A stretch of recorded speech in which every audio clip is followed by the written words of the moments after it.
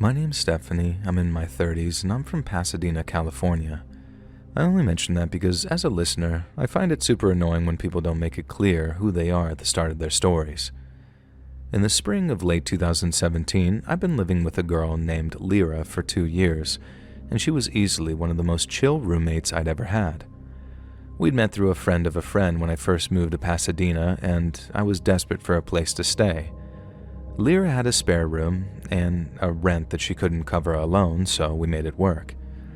At 26, she was only a year older than me, but she had this sort of worldliness and maturity that made our cramped 2-bedroom apartment feel more like a home. She was an artist in her spare time, and she was a good one too.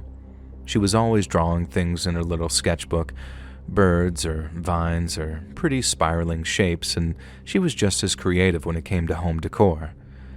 She wasn't a huge party animal either, which was nice because my job at a coffee shop involved waking up at 5:30 in the morning, and I'd keep the coffee pot warm for her in the morning before I headed to work. It was simple, comfortable, like we'd figured out some unspoken rhythm. Then one day, in April of 2017, she sat me down at her kitchen table and told me that she was going to Bolivia for 2 weeks. Her eyes had this spark about them as she mentioned something called an ayahuasca retreat, like she was already halfway there. I didn't know what ayahuasca was at the time. It sounded like some kind of yoga thing, so I just sort of smiled and said it sounded amazing. Then, around a week later, she packed her things and off she went.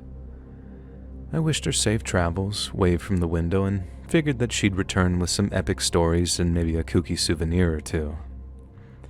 That night, I was alone in the apartment and I googled ayahuasca and learned it was a kind of hallucinogenic tea used in rituals down in places like Peru or Brazil. People drank it with shamans, puked their guts out, and then saw visions of gods or demons or whatever else lurked inside their minds. Users claimed it was supposed to crack you open or release your soul among dozens of other very grandiose statements. And that wasn't my kind of scene. I liked my reality unscrambled and my feet planted very solid on the ground. But for Lyra, it must have sounded like the adventure of a lifetime. She was the spiritual one, always chasing something deeper with stuff like medication, apps, tarot cards, or the cluster of quartz crystals that she kept on the windowsill. And I went to bed imagining her coming back with a tan and some crazy tale about talking to a jaguar spirit. I kept the apartment running for her 2-week absence, and then when she came back, I was ready to hear everything. Lyra texted me saying that she was about to catch a cab home from the airport, and then about an hour later, the door creaked open and she stepped inside with her bag slung over one shoulder.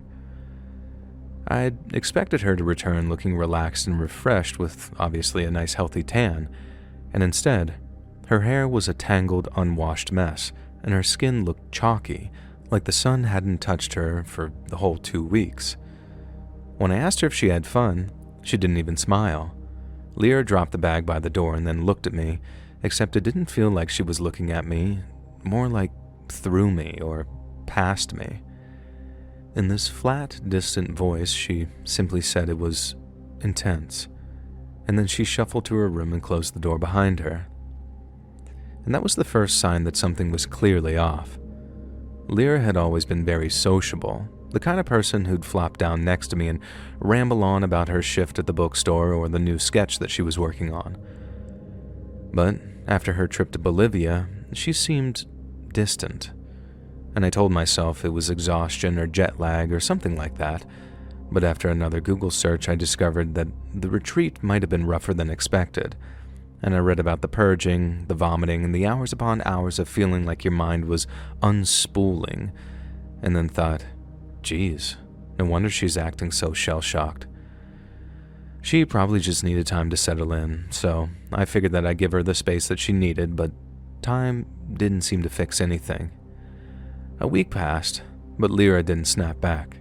She got super quiet, like she didn't answer me if I asked something, but only in short, clipped words, and she never started conversations anymore. Her sketches stopped showing up on the fridge, and the plants that I'd watered while she was gone started to wilt, but it was like she didn't even notice. I started to worry that she might have gotten some bad news or that her trip to Bolivia had gone wrong somehow.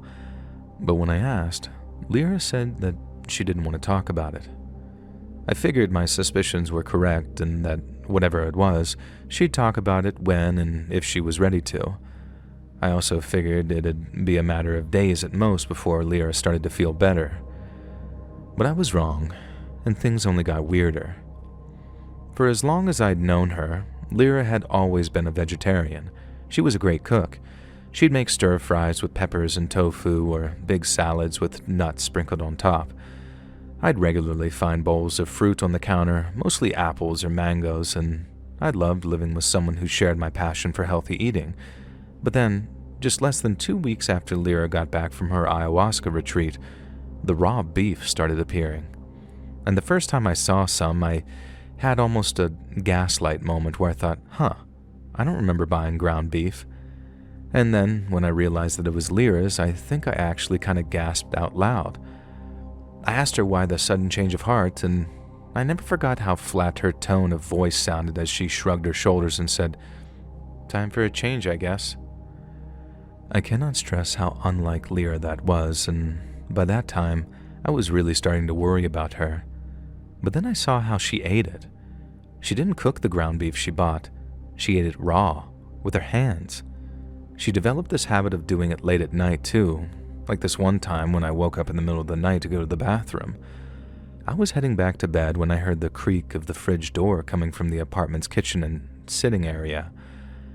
It was almost 3 a.m., and when I peeked around the door, I saw the moon was kind of pouring through the blinds, turning the floor into this sort of grid of shadows. And there was Lyra, too, standing at the window, just staring up at the moon. I stood there watching her silently until she swayed slightly, and then I sort of bolted back to my room. And the next day, I once again asked if she was okay or if there was anything she wanted to talk about. But she told me what I'm now quite certain was a lie, and she said she was fine. I told myself that she even got so much as a tiny bit worse, I was probably going to try and get her family involved and organize some kind of intervention. And then the next thing I knew, the insects started appearing. It was a Saturday afternoon, and I was in the kitchen making toast when I heard a crunch behind me and turned. Lyra was sitting at the table, a mason jar in front of her, and inside of it were live crickets. I watched in horror as she reached inside. The cricket's legs were scrabbling against the glass, and she plucked out one with her fingers and threw it into her mouth. I froze. There was a butter knife tight in my grip, with a wet, brittle sound making my stomach drop. I turned back to the counter and smeared the butter on my toast and then walked out like nothing had happened. But then, when it happened a second time, I couldn't ignore it. A few days later, it was beetles, these big, shiny black ones. I found her eating them, standing by the sink, and this time I gagged, the sound slipping out before I could stop it. She didn't react, she just kept eating. But when I demanded to know what had gotten into her, she swallowed what was in her mouth and started speaking. She told me that she learned a thing or two about herself down in Bolivia, and that she decided to make some changes. And if I didn't want to try out her new diet, that was fine, but I wasn't about to dictate what she could and could not eat in her own apartment. She didn't sound threatening or anything, but again, seeing Lyra act even remotely confrontational was so unlike her that it actually freaked me out. And before long, the apartment didn't feel like ours anymore. It felt like hers, like she'd claimed it. And her room started to stink, a very thick, earthy smell, like wet dirt and rot. And she stopped showering. Her hair was clumping into these greasy knots, and her clothes kind of hung off of her as she started to lose weight, too. I wanted to ask what happened down there, what she'd seen in that jungle, but every time I tried, something stopped me. I started locking my bedroom door. It was a very flimsy door, the kind that you could probably pop open with a credit card, but it made me feel just that little bit safer. I'd lie there, my phone under my pillow, listening to Lyra pacing around outside. Work became my lifeline. 8 hours at the coffee shop, steaming milk, wiping counters, and chatting with regulars who didn't know that my roommate was unraveling back home. Then, come the end of the day, I'd linger after my shift, nursing a cold latte and delaying the walk home, but I had to go back eventually.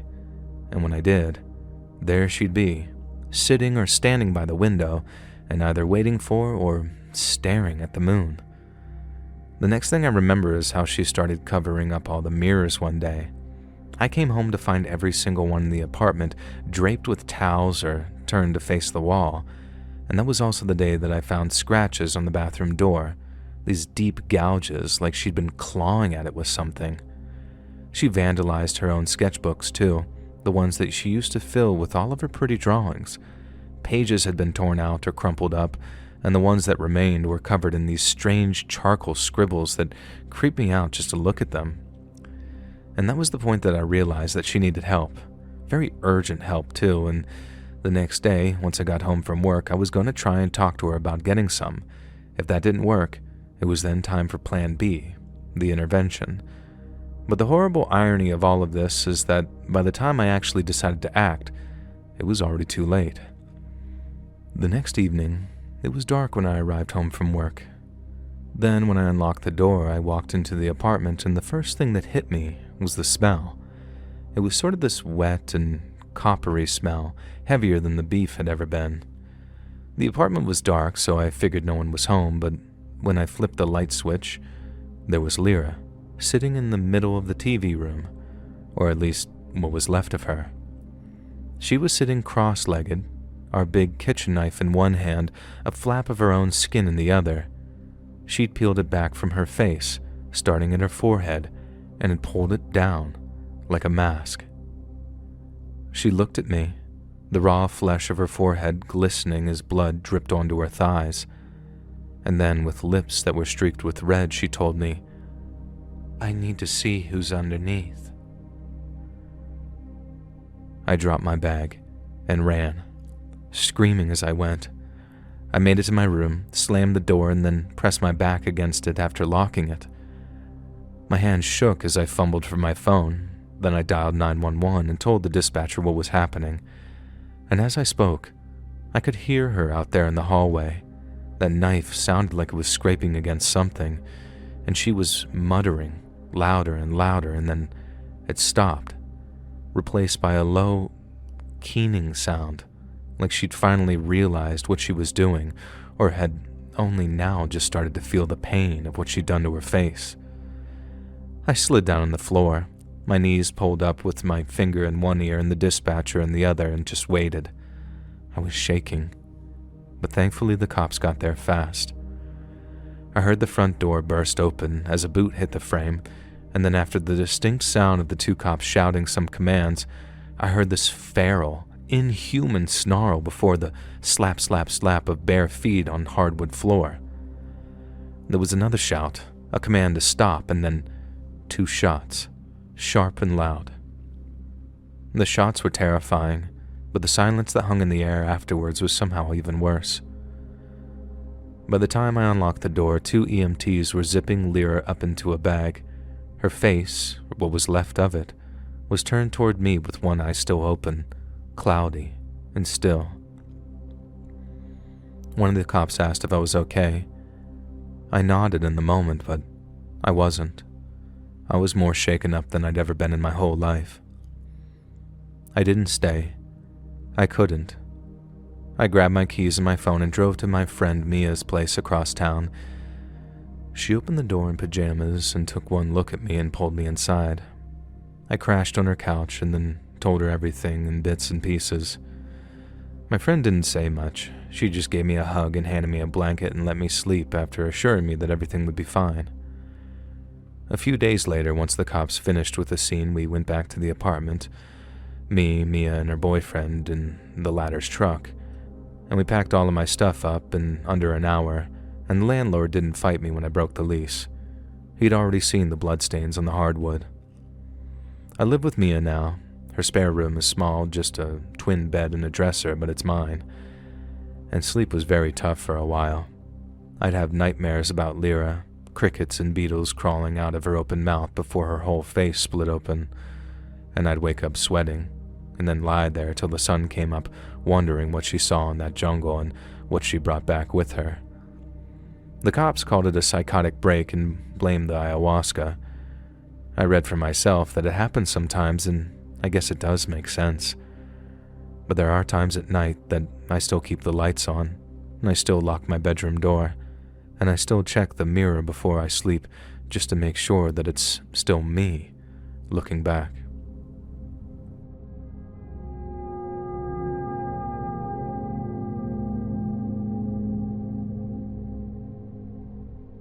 My name's Athena, and I started my home bakery business during the summer of 2020.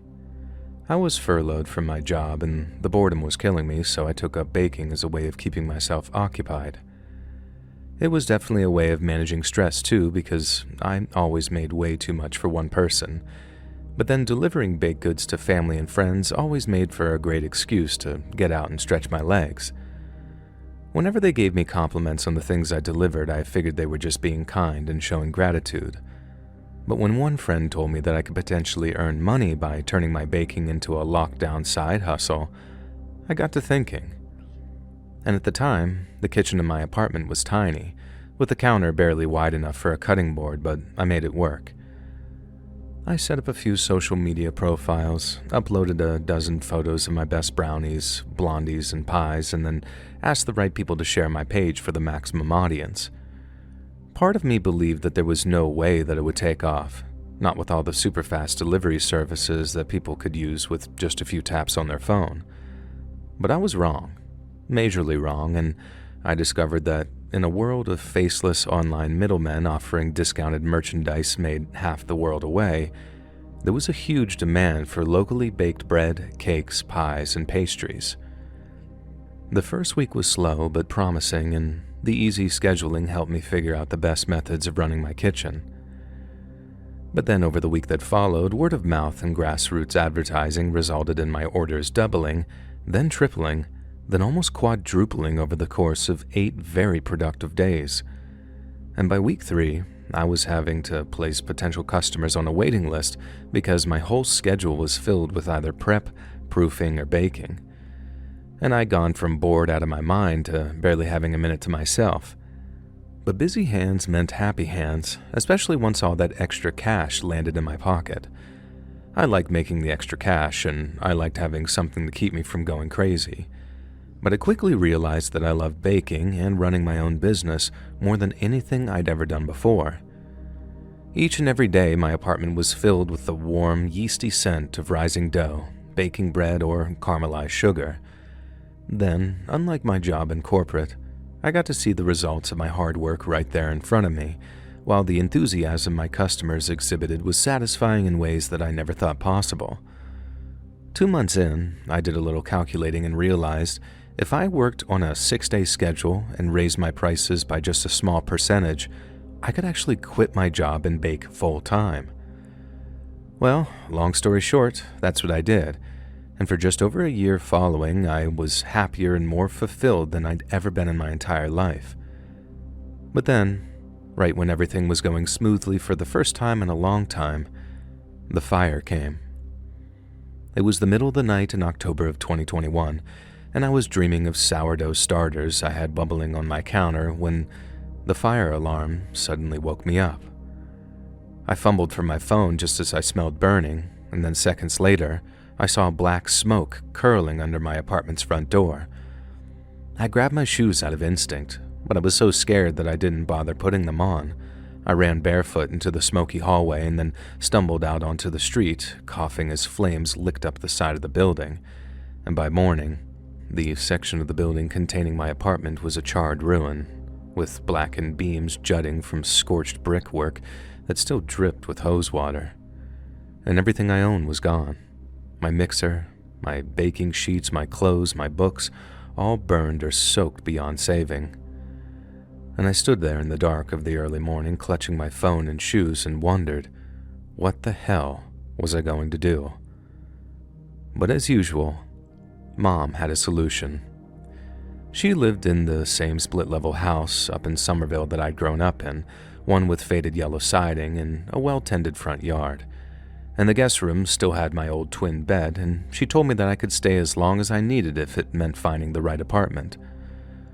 We'd already talked it over, and I'd mentioned how if I found somewhere with a large and well-equipped kitchen, then there was potential for a huge increase in turnover when it came to my baking business.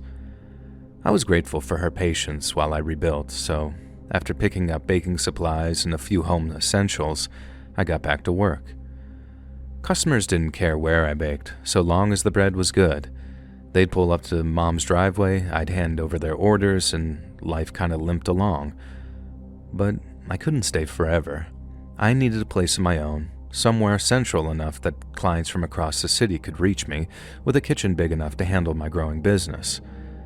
And I spent weeks hunting, sitting on my mom's couch, laptop balanced on my knees, scrolling through listings until my eyes literally hurt. Some places were too small and others were just too far out, and a few were perfect but priced beyond my reach. Then one afternoon, as rain was tapping against the living room windows, I found it, a listing for a place on Mount Vernon Street, just north of Boston Common.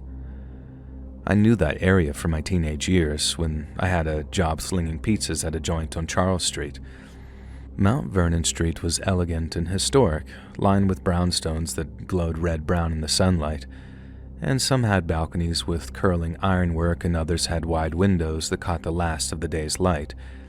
I loved it, and it was a major step up, a neighborhood that breathed old wealth and quiet pride, while the listing offered 2 floors, full amenities, and rent that didn't make me flinch.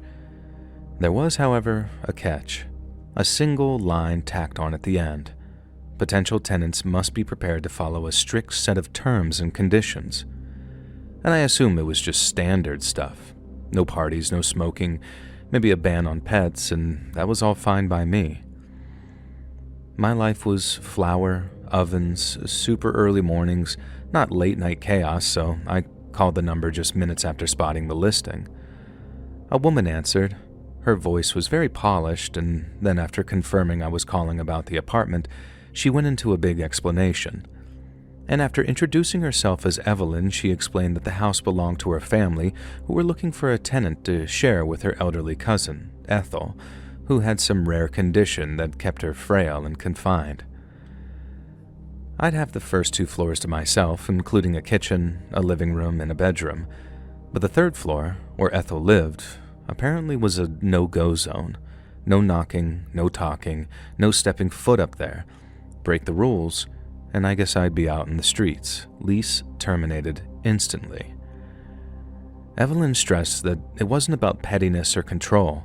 It was about preserving Ethel's health and dignity in what little time that she probably had left.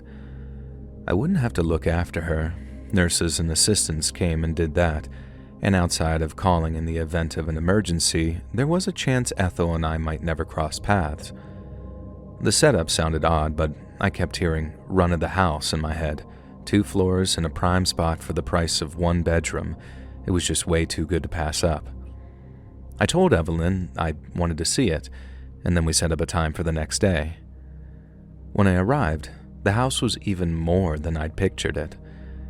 It loomed on Mount Vernon Street, and its brick facade weathered but very stately, and the kind of place that had seen centuries pass without even blinking. The front steps were worn smooth. The door was a heavy slab of oak complete with a brass knocker shaped like a lion's head. I loved it. And inside, the 1st floor opened into a wide living room, a fireplace dominating this one wall, its mantel carved with vines that looked older than the city itself, and the rest of the house was just as opulent. But when I saw the kitchen, that's when I fell in love. It was a dream, spacious, with a gas range, a butcher block island, and cabinets that stretched to the ceiling. Upstairs, the 2nd floor had a bedroom with a bay window overlooking the street, plus a small office that I could use for paperwork. Evelyn met me at the door. This very thin woman with a flash of white hair and a face etched with very stern lines, and she didn't smile, but she didn't glare either. She let me through the house, her steps very slow, very measured, asking about my plans. When I mentioned the bakery, her eyes kind of softened, and she seemed relieved that I wasn't looking to turn the place into some kind of party house. I signed the lease that afternoon, Evelyn handed me the keys, repeated the rules about Ethel, and then left me to settle in. The first few weeks were good. Better than good, even. I had the kitchen set up, my mixer was humming on the island with flour dusting the counters as I worked, and the house was quiet, but I relished that, and sometimes I'd even forget that Ethel was even there at all. I heard her once, maybe 2 weeks in, a wet, rattling cough that drifted down from the 3rd floor, and it kind of startled me, the sound cutting through all that stillness, but I just sort of brushed it off. She was sick, and that's why the rules were there. And after that, I barely thought about her. My business occupied my mind almost constantly, and before long, the house felt like it was all mine. At least until I started to feel sick too. It came on kind of slow, a tiredness that slowly settled into my bones. I'd wake up sluggish with my legs feeling heavy, and no amount of coffee seemed to shake it. I blamed the hours, kneading dough at dawn, baking through the afternoon, packing orders late into the night. But even after I scaled back my operation to give myself some rest, it seemed to get worse. I'd end up napping on the couch, the oven timer ticking in the background, but I'd wake up even more exhausted than before. My jeans were starting to loosen around my waist, and my face started looking sharper in the mirror as the weight melted off of me. And I told myself it was stress, the months of grind and stress just catching up with me. But then my hair started to fall out. I'd find clumps in the shower, dark strands clogging the drain, more tangled in my brush each morning. My period stopped coming too, which is kind of TMI, which at first I tried to pin on the same exhaustion excuse, maybe even just me not eating enough. But when a customer called, voice was very tight with anger, saying that they found one of my fingernails in their banana bread, I couldn't ignore that anymore. I looked at my hands, saw brittle, yellowing nails and how one was missing entirely, and then felt a cold knot tighten in my chest. And obviously, I went to the doctor the next day. He was some stocky guy with graying hair and a clipboard that he kept scribbling on, and he asked about my diet, my sleeping habits, and what I did for work. But I also made sure to tell him about the fire, the move, and my new home. He kind of was just tapping his pen and said old buildings can sometimes hide things, be it mold in the walls, lead in the pipes, or even arsenic in the green covers of antique books. And he ordered blood work and told me to stay someplace else for a few days if things got any worse. Stay with a relative, he said, or check into a hotel and see if the symptoms fade. I nodded, promised I would, and then left with a slip for the lab. I went back to my mom's that night. She opened the door, took one look at me, and just gasped. "Oh my God, you look terrible," she said. I must have looked skeletal compared to the last time I'd seen her. I was pale, I had huge bags under my eyes, and my hair looked pretty patchy and dull. I was a far cry from the girl that put on a little weight thanks to getting sugar high on her own supply. And I was scared that I'd get worse, but after 3 days of convalescing in her guest room, I felt so much better. The nausea lifted, and when my strength crept back, I called Evelyn and told her I thought something in that house was making me sick. And she expressed her sympathy, but there was this very strangeness to her voice. She reminded me of the lease, how breaking it without proof would mean lawyers and fees. Subletting was an option, and she was more than happy to consider a doctor's opinion, but at the end of the day, we had an agreement. I should have stayed away. I know that now, but I loved that place so much that I talked myself into going back, just for one more night. I'd test it, prove it was the house, and if I felt worse, then I'd know for certain that I needed to leave. I drove back to Mount Vernon Street, and then the moment I stepped inside, the air had this very stale, heavy, with a sort of faint metallic quality that I'd never detected before. I told myself it was some kind of cleaning product Ethel's nurses had used, and now I think I know different. Stale air and chemicals or not, I resigned myself to stay at least one night, so I set my bag down and started a batch of dough to keep my hands busy. But by the evening, the nausea was back. I knew then that I'd be leaving in the morning for certain, but I was so exhausted that I thought driving might be dangerous until I'd slept and there was daylight. So I climbed the stairs to the second floor, feet dragging with each step, when suddenly I heard the sound of singing. It came from the third floor, this clear voice that cut through the silence. But it wasn't the voice of an old dying woman. It was young, alive, sounding out a melody that I didn't recognize. I stopped at the bottom of the stairs, my breath catching as I listened. The sound was soft but sharp, and at first I figured it was a recording.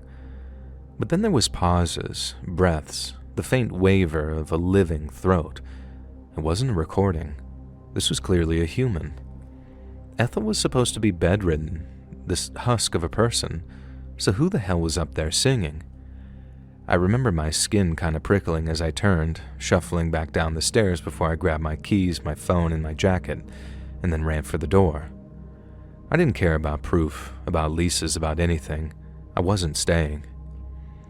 And that night, after driving back to my mom's place, I got sicker than I'd ever been. I vomited until my throat was raw and a blood vessel burst in my eye, leaving a red smear across the white area. And in the morning, I looked into the mirror and saw a stranger.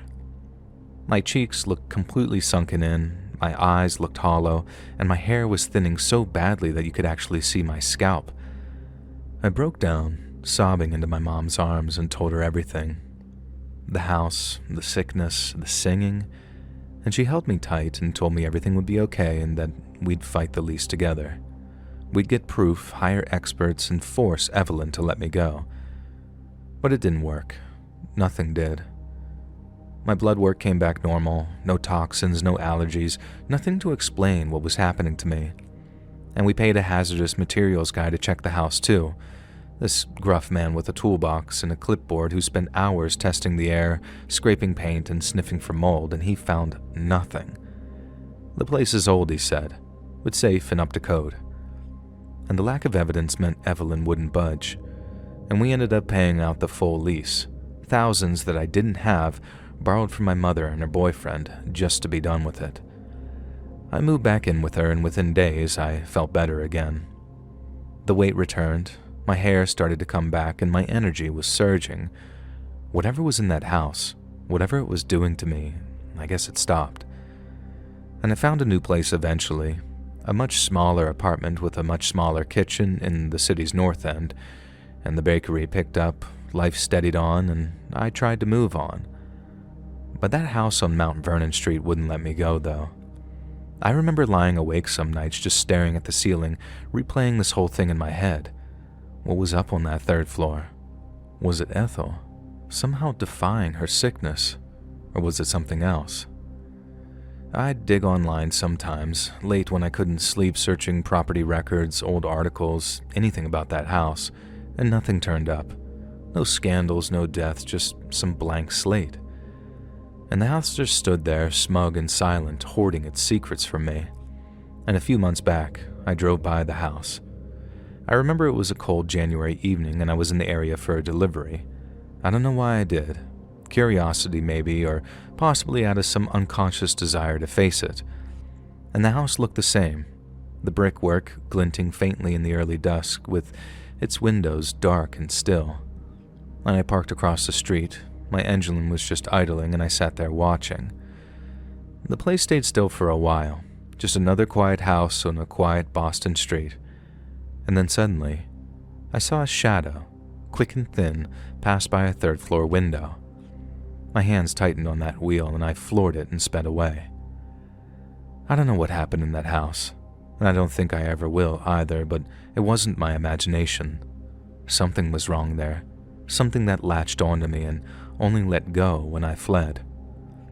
I'm safe now, happy even, but memories of what happened in that house back there still linger with me, and as long as that mystery persists, I don't think I'll ever be able to fully let go.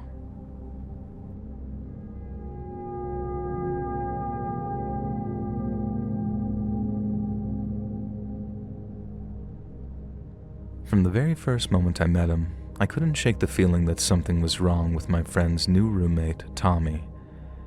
It was late summer, and my friend Danny had just moved into a cramped 2-bedroom apartment off campus. The building looked like it hadn't seen a fresh lick of paint since the 80s, and the stairwell smelled bad, and the hallway carpet was stained. But considering the rent and the proximity to campus, it was quite a find considering he needed nothing more than a place to sleep and study. I went over to help him unpack, hauling boxes up the creaky stairs with my shirt sticking to my back, and that's when Tommy appeared. He was leaning against the kitchen counter. His arms were crossed and he was just kind of watching us. He was a big guy, very wide too, with dark hair that hung just past his ears. Danny introduced me. "This is Tommy. He's cool, just quiet." Tommy nodded, a quick jerk of his chin, but he didn't smile, and he didn't say a word. I remember forcing a smile, mumbling hello, and went back to helping Danny move his stuff in, but I didn't like the look of him, and that never changed. Later, when we were alone grabbing pizza in the car, I brought it up. "Your roommate's kinda off, man," I told him. But Danny just laughed, in that loud, careless way of his. "Oh, Tommy's just not a big talker is all," he replied. "I mean, I guess he's a little weird, but who isn't?" He had a point, but I still wasn't sure. Something about Tommy just didn't sit right with me. But Danny was my best friend, and I didn't want to pester him over what amounted to just a gut feeling, so I let it go. And okay, time for a short history lesson before we keep going. Danny and I went way back, all the way to high school, and for as long as I'd known him, he was the kind of guy who could sleep through a tornado. Then, since this all happened before super loud cell phone speakers were a thing, cell phone alarm clock functions were nothing more than tinny two-tone beeps looping over and over. "Well, what about the vibration function?" I hear you ask. Couldn't Danny just put his phone on a desk and any other hard surface and then hear the super loud buzzing when the alarm went off? Not if he wanted to charge his phone overnight, because back then, and I'm sure some engineer type will explain why in the comments, but some phones quit vibrating altogether whenever they were plugged into a charge. And it was super first world problems, I guess, but the solution was simple. He bought an iPod docking station, one which featured an alarm clock function, and then he could blast himself with some Pantera music whenever he needed to wake up. However, that iPod station ended up being the punchline to half our jokes for a while, because even if he blasted himself with ear-splitting heavy metal music, he still didn't wake up half the time. It happened when he was sleeping over at my place one time, and he'd set up the docking station the night before to play music. It started blaring at like 7 a.m., and for the record, it was Pantera's song, The Great Southern Trendkill, so it opens up with a guy growl screaming "Blurg" at the top of his lungs. And it woke me up startled, and I looked across the room expecting Danny to wake up in a similarly abrupt fashion, but he was sprawled out in his inflatable mattress like some starfish, still snoring as the screaming stopped and the guitar riffs kicked in. I threw a pillow at him and he woke up annoyed, like there wasn't ear-melting loud music playing right next to his head. I thought it was funny at the time, but looking back on it, there was probably a medical explanation for it. Maybe he was hard of hearing and no one ever put it together. But either way, Tommy didn't find it funny, and he didn't share our sympathy for Danny's condition either. Danny mentioned it maybe a week after moving in. "Tommy hates the alarm," he said, casual, like it was nothing. "It says it wakes him up and he can't fall back asleep when it does. And keeps giving me these looks about it." He chuckled. "I told him I'd use something else, but you know me." I did know him. He wouldn't find something else, or rather, it took Danny way longer than it should to get around to the little things like that. That iPad station had been screaming at him for years by this point, and he'd never once bothered to replace it or set it quieter. "Be careful, dude," I said, only half joking. "Tommy's one odd duck." Danny laughed again, and I was told I worry too much. But things got bad, fast. One night, Danny texted me about Tommy acting strange. It was a picture of a note on the fridge. "Silence is golden," scrawled in block letters with a black marker. Dude's got a flair for drama, Danny wrote, adding a laughing emoji. Then another time, he said Tommy had stood in the hallway outside of his room at night, not moving, just staring at the door. Caught him when I went for water, Danny texted. Freaked me out, but he just said that he thought he heard something. I told him to get out, find a new place at that point, to crash on my couch if he needed to. But he told me that things weren't that bad, especially not since the rent was so cheap. And I should have pushed harder. I should have shown up with a truck and dragged him out of there myself, but hindsight is always 20/20, I guess. It was a Tuesday when it happened. I hadn't heard from Danny all day, which wasn't like him at all because he usually sent me dumb texts that we'd crack up over later. But that day, my phone stayed silent, and by afternoon I was preoccupied with worry, checking it every few minutes for text messages or missed calls, but nothing came through. By the evening, the worry was eating at me, so I drove over to Danny's apartment and found the door was unlocked when I got there. By his own admission, Danny was a slob. He'd leave clothes everywhere, leave dishes piled up, but he wasn't careless, and he wouldn't leave his door unlocked. I stepped inside and found the living room was dark except for the flicker of the TV. I called out Danny's name, but got no answer as I moved past the cluttered coffee table with its empty beer cans and crumpled up chip bags and then into his bedroom. And I found him on the bed. Danny was sprawled out, one arm flung over the edge like he'd fallen asleep mid-snooze the way he always did. But the sheets were soaked red, a dark stain spreading out from under him and pooling on the mattress. Blood trailed down the side, dripping slow and steady onto the floor where that damn docking station sat, smashed to pieces, plastic cracked, wires spilling out. Danny's throat was cut. A jagged, ugly gash that looked like it had been hacked open with something dull, not clean but completely ragged, like the skin had torn under the force. When I saw his eyes, staring at the ceiling, completely empty, I stumbled back with this tight feeling in my chest. And then I heard it, the creak of a floorboard coming from the hallway behind me. Tommy was there, standing just outside the door. His face was blank, no anger, no panic, just nothing, like it was waiting for a friggin' bus or something. He couldn't stop, he said. That noise, every morning. I asked him. I warned him. I froze, my brain screaming at me to run, to yell at him, to do anything, but my legs were rooted to that spot. He took a step closer, his shoes silent there on the carpet. I saw his eyes flick to the broken clock and then back to me. You heard it too, didn't you?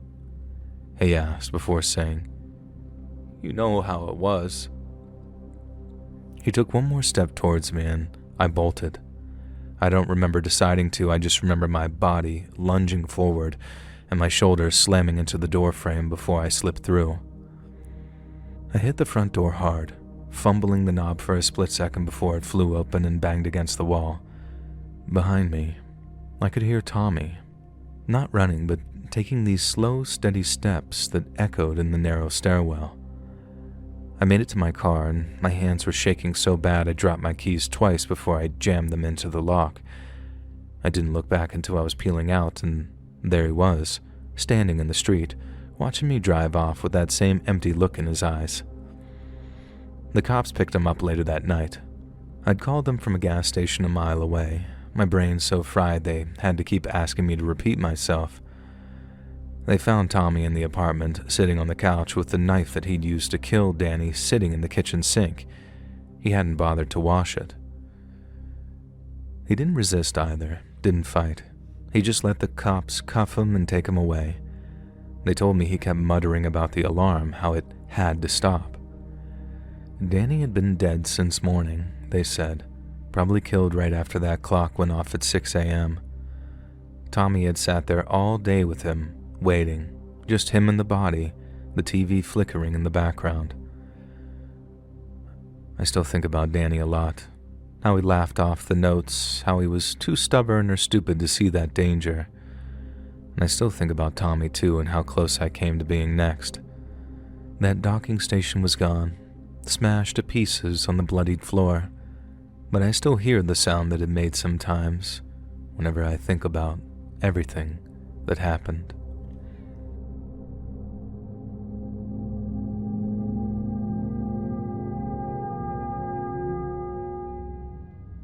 I had a weird childhood, so I was kind of a messed up kid. Not the kind that went out torturing cats or lasering ants to death with a magnifying glass. I wasn't that far gone.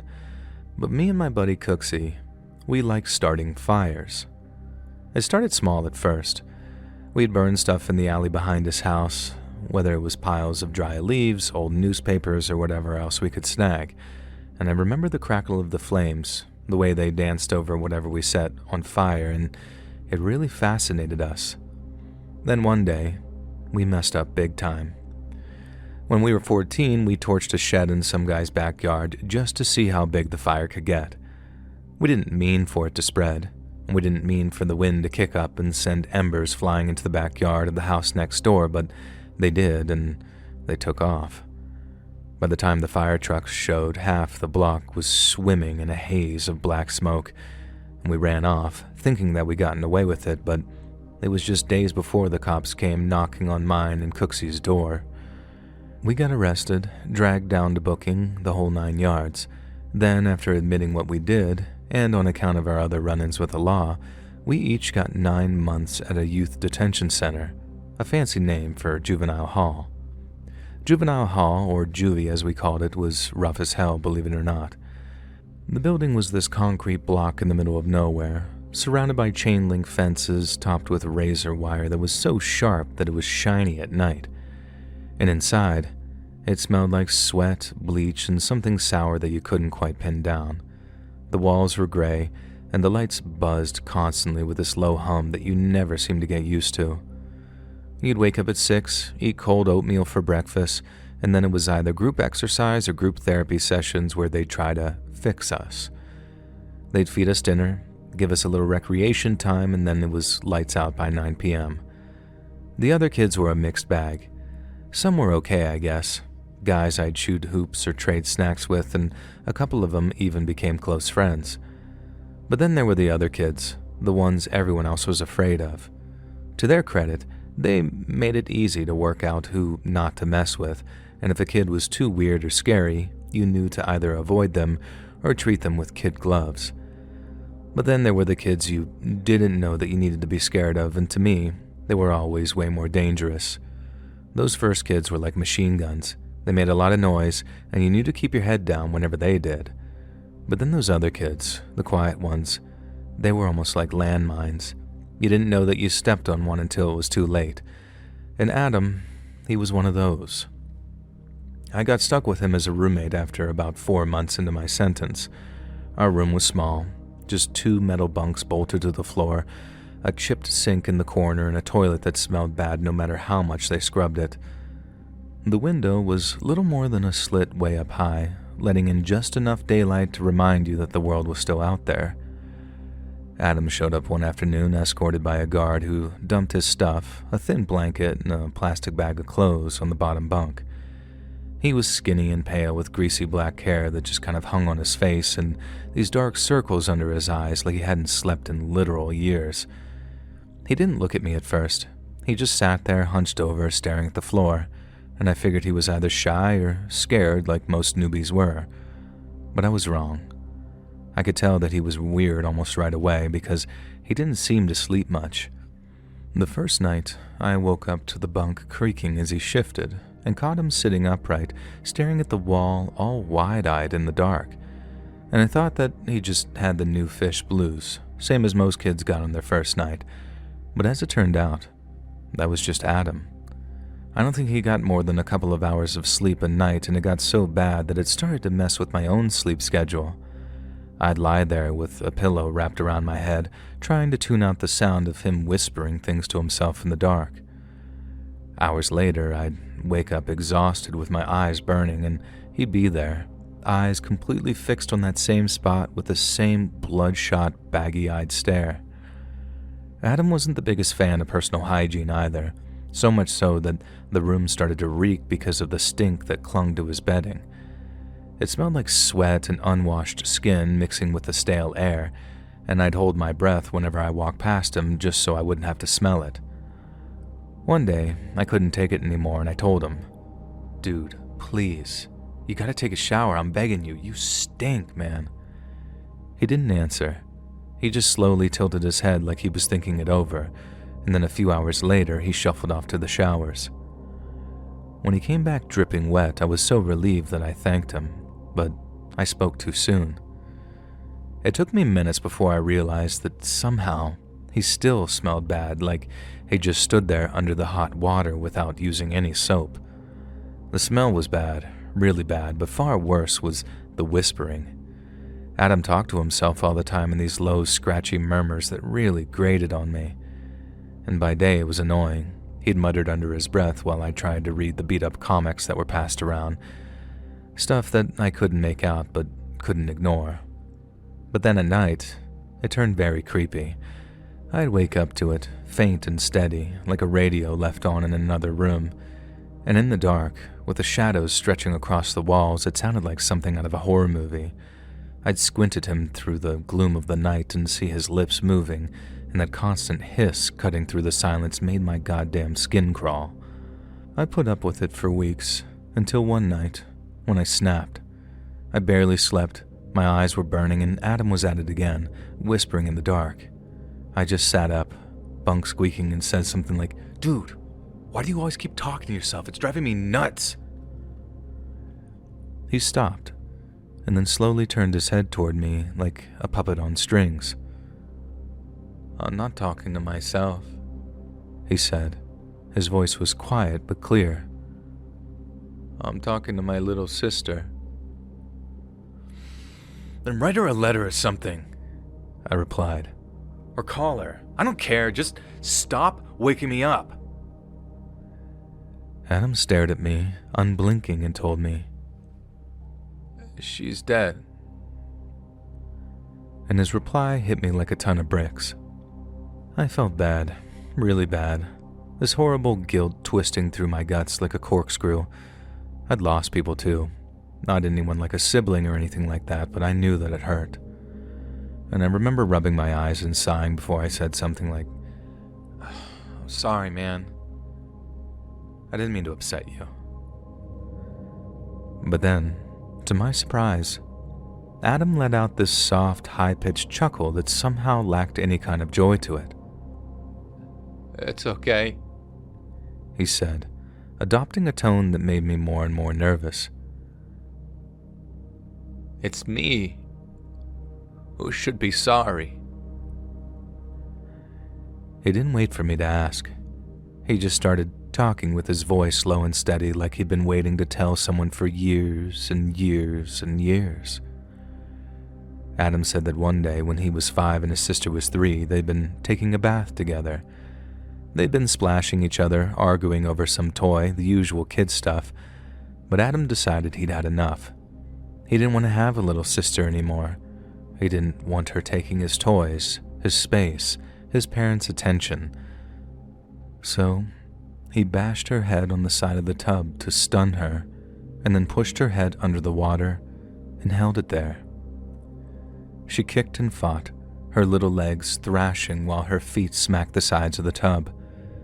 He held her there as she fought for her life, bubbles breaking the surface as water sloshed over the edge of the tub and soaked the bathroom floor. Her hands clawed at his arms, he said, her tiny little fingernails digging into his flesh. But Adam didn't let go. He watched her face under the water, eyes wide, panicking, mouth open in a scream that made no sound. After a while, his little sister stopped moving. She turned limp, floating just under the surface with her hair fanning out like weeds. Adam said he sat there, staring at her lifeless body until her mom walked in and started screaming. He told his parents it was an accident, that his sister had slipped, hit her head, and that he thought that she was just messing around until it was too late. He said his parents didn't want to believe he was capable of murder, so they swallowed his story hook, line, and sinker, and clung to it even, and then buried the truth with his sister's little coffin. The cops didn't do too much digging, not with Adam's parents covering for him. Little kids don't kill, they said. Not on purpose. Not like that. Besides, the poor girl's mom and dad had enough tragedy to deal with. Taking their only living child away from them just seemed cruel. And so, Adam got away with it. He walked totally free after drowning his own sister. No punishment, no record, nothing. And looking back on it, I think I just wanted to make sure that he wasn't a total monster, but I asked if he regretted it. And to my relief, he said yes. But that relief was short-lived. He didn't regret it because he missed her, and he certainly didn't regret getting all that sympathy over the years for being the poor little boy who watched his sister drown. He regretted killing her because now she wouldn't leave him alone. Ever since the day he drowned her in that tub, Adam's little sister had been following him around. He said he tried ignoring her at first and would pretend that he couldn't see or hear her, but that just made her mad. And when she got mad, she'd change. Adam said that whenever his little sister got angry, she'd stretch tall and thin, her limbs and face twisting into something sharp and hollow. She'd loom over him at night, silently screaming just like she had in the tub. So, he started talking to her, whispering just to keep her happy. He didn't mind if it made him look crazy because the alternative was far worse. After he finished his little story, I remember sort of sitting there, feeling the air get a little colder. Is she here? Right now? I had to force the words out, and then, in response, Adam slowly nodded before flicking his eyes toward the corner near the sink, and my skin prickled, every hair standing up. I looked to the corner, but there was nothing but shadows along with the faint drip of the faucet, and yet, like I said, the air felt heavier somehow. I barely slept that night. I just lay there listening to him whisper again, only this time it didn't annoy me at all. It terrified me. The next day, I went to talk with a counselor named Mr. Davies, this big guy with a buzz cut who didn't take any crap, and I found him in the rec room, asked to talk to him in private, and then told him everything, from Adam's story about his sister to the way he whispered in the middle of the night. Mr. Davies listened with this real serious look on his face. Then, when I was done, he nodded and said he'd handle it. They pulled Adam out of the rec room later that day. He and Mr. Davies talked for hours. I don't know what was said, but a few days later, Adam was gone. We later heard that he'd been transferred out, shipped to another center somewhere up north, but there was never any official explanation from the staff. I never saw Adam again, but along with a set of bedding that had been washed several times over just to get rid of his smell, he left behind his story. I got out just a few months later, determined to get my life together so I wouldn't have to bump into another Adam. I still have no idea if he ever told the truth about what happened with his sister, or even if that was the truth to begin with. But if he didn't just make it up to scare me, if he really did drown her in the tub like that, then I'd hate to think that he's out there, free to walk among us, still hearing the whispers of his long-departed sister. Hey friends, thanks for listening. Click that notification bell to be alerted of all future narrations. I release new videos every Monday and Thursday at 9 p.m. Eastern Time, and there are super fun live streams where I scream about nonsense every Sunday and Wednesday night. If you got a story, be sure to submit them over at my email, LetsReadSubmissions@gmail.com, and you might even hear your story featured on the next video. And if you want to support me even more, grab early access to all future narrations and bonus content over on Patreon, or click that big join button to hear about the extra perks for members of the channel. And check out the Let's Read podcast, where you can hear all of these stories and big compilations located anywhere you listen to podcasts. All links in the description below. Thanks so much, friends. And remember, the left lane is for crime.